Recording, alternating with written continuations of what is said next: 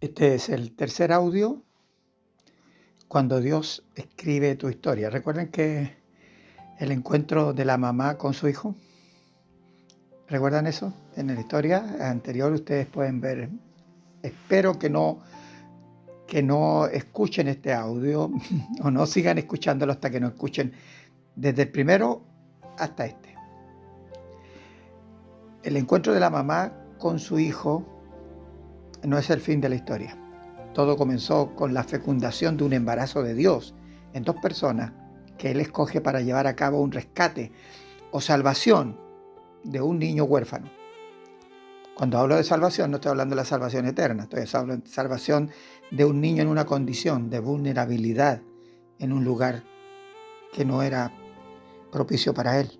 Bueno, la pregunta que podemos hacernos es ¿por qué el título, ¿cierto? Cuando Dios escribe tu historia.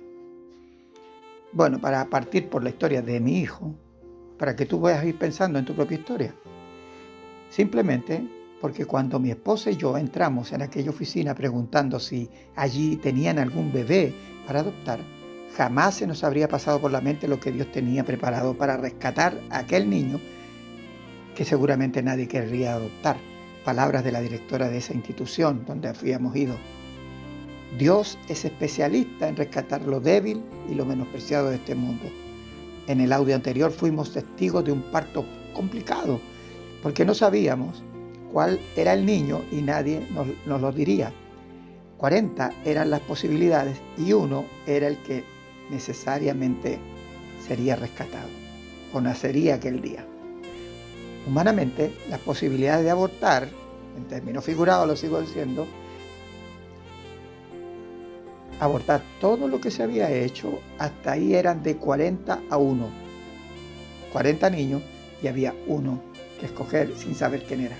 Sin embargo, el nacimiento fue maravilloso. Estoy hablando de lo que ocurrió en el audio anterior. La madre encontró al hijo y el hijo a su madre.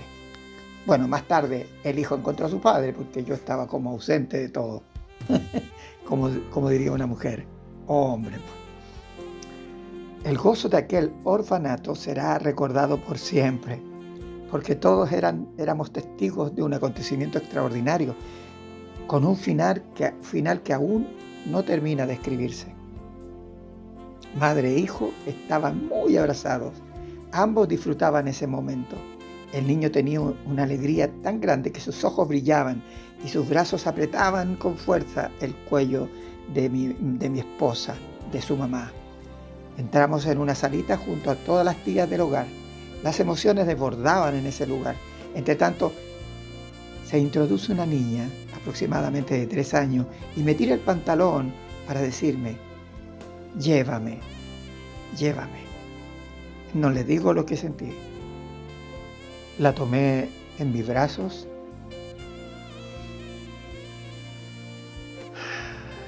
y cuando el niño ve a la niña en mis brazos, extiende sus manos y grita, ¡mío!, a lo que todas las tías gritaban y saltaban de alegría diciendo, ¡dijo mío, dijo mío! Encontré muy extraña la reacción de aquellas tías. ¿Qué de extraordinario tendría que un niño de casi 2 años dijera mío? Lo que a ella le sorprendía era oírlo hablar por primera vez. Fíjense que después de mucho tiempo, después de un par de meses más, él logró empezar a decir palabras. Esa fue la primera palabra que dijo por un buen tiempo. En ese momento, cuando ocurre esto, yo tomo al niño en mis brazos y me dio un abrazo que nunca olvidaré lo que sentí. Y desde ahí en adelante entró en mi corazón mi hijo amado. En mi corazón como padre, a eso me refiero, como padre. Dios tiene formas de hacerse sentir cuando eres duro para aceptar lo que ya era un hecho consumado. Acuérdate que nosotros hablábamos de estar embarazados de Él y que nunca habíamos abortado. Eso fue una realidad en ese instante. Él había nacido para nosotros.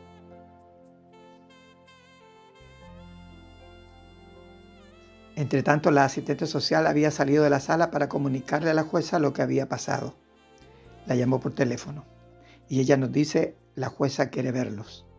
Fuimos al juzgado y ella dijo: lo que hoy pasó en ese hogar, nadie lo hubiese imaginado. Estaba muy emocionada. Nos miró fijo por unos momentos y dice: ¿se lo quieren llevar de inmediato? Ustedes ya tienen todo en regla, así que el niño es oficialmente hijo de ustedes. Las lágrimas de emoción no dejaban de brotar desde lo más profundo de nuestros corazones, dando gracias a Dios por ser parte de tan hermoso rescate. Rumbo a casa para encontrarse con sus hermanas. Qué felicidad llevarlo ahí al lado nuestro. Por fin estaba en su casa, con su familia que siempre fue suya, aún antes de que él y nosotros lo supiéramos. Mas Dios lo había abandonado e indefenso y tuvo misericordia de él. ¿Por qué piensas tú que no tendría misericordia de ti? ¿Hubo algún mérito del niño para ser escogido? No. Y no trates de encontrar una razón de justicia tuya para dársela a Dios y decirle o reprochar a Dios. Él tuvo misericordia del niño, como la puede tener hoy de ti. Si tú realmente lo ves a Él y acudes a sus brazos, porque lo ves. Pasaron los días, los meses, los años, que no fueron fáciles, pero la mano de Dios siempre estuvo ahí para darnos ayuda. Sobre todo a mi señora, que le tocó ir con él a terapias y controles médicos, aún desde acá de Valparaíso hasta Santiago. Él conoce bien su historia. Mi hijo conoce bien su historia. Si hay algo que a ningún padre adoptivo le es fácil de enfrentar, es el momento de responder lo que a mí me tocó un día. Papá, ¿qué es ser adoptado? Ahora, ¿por qué me hizo esa pregunta? Es porque nosotros nunca ocultamos de hablar de este tema frente a él. Muchas veces las personas llegaban ahí y decían: oh, mira, y este niñito, y nosotros decimos: sí, es nuestro hijo. Pero ¿cuándo estuvo embarazada Magali? ¿Cuándo estuvo embarazada? Y bueno, le explicábamos y él ahí jugaba. Y muchas veces no da la impresión que estaba oyendo. Pero esto fue la recomendación que nos dieron los especialistas para estos casos. Fue difícil de responder. Bueno, le dije, hay dos formas de nacer en una familia. Una de la guatita de la mamá y otra yendo a buscar al hijo a un hogar donde hay varios niños. Me miró en tanto subíamos tomado de la mano por una escalera mecánica en un centro comercial. Y me dice: yo nací de la guatita de mi mamá, ¿cierto? No, le respondí. Te fuimos a buscar a un hogar. Dura respuesta para un niño pequeño, pero era lo mejor antes que mentirle. Bueno, ahora después verán ustedes por qué. Lo dejé por un rato para que asimilara un poco lo que acababa de oír y le pregunté: ¿qué pasó, hijo? Es que yo quería nacer de la guatita de mi mamá, respondió con mucha tristeza. Te voy a contar algo que no tienes que decirlo a tus hermanas.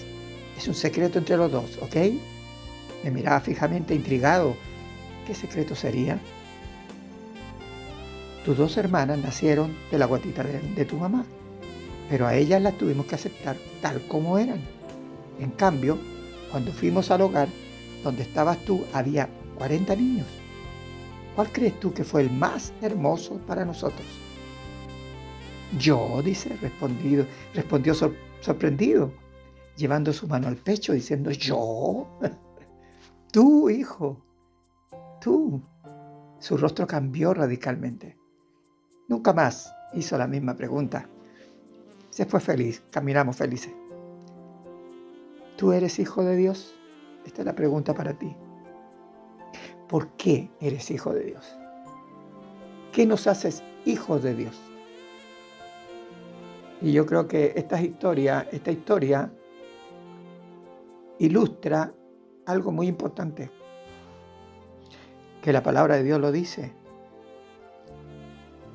En Juan 1:12 dice: mas a todos los que le recibieron, a los que creen en su nombre, les dio potestad de ser hechos hijos de Dios.